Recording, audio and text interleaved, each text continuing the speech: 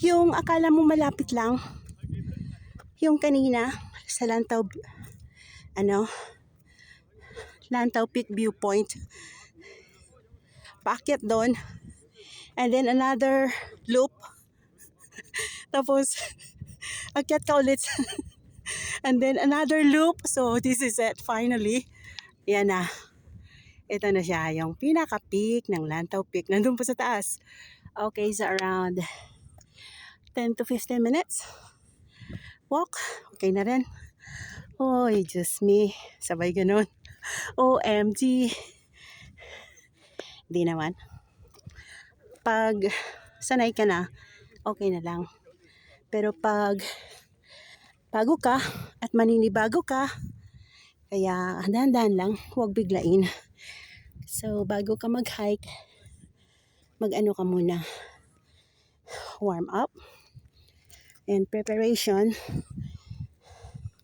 sa mga medyo matataas na peak. Kasi mahihirapan ka pag wala ka talagang walking or jogging sa weekdays ba. Yan, maraming umaakyat, marami nang bumababa.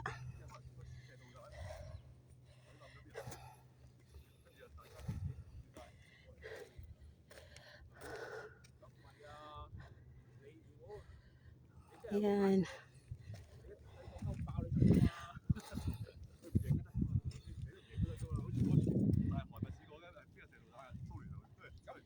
Dito kami sa taas. Yung mga sa likod ko, mga ano na siguro yun. Mga seniors. So far, so good. Ganda ng weather. The time is around 11:30, I guess. Around 12. Yan. Grabe no? Kung hindi mo siya sadyain talaga na akyatin, you cannot come up, of course.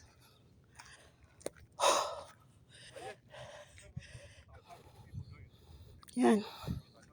L024 Section 3 pa rin tayo. Yan ang kanilang trail code. Grid reference pala. Grid reference. Distance post. Grid reference.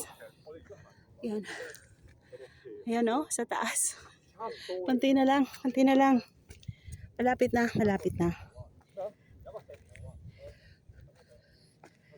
Kaya na tayo. We are coming up to the Lantaw Peak.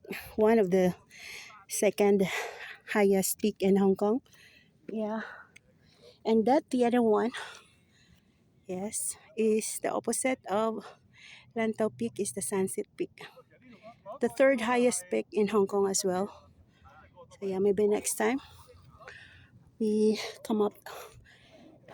hike to the Sunset Peak maybe next week, or if the weather is good, then we can go there.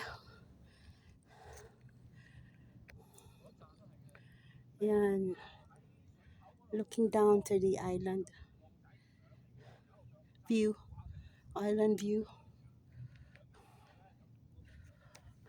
Nice.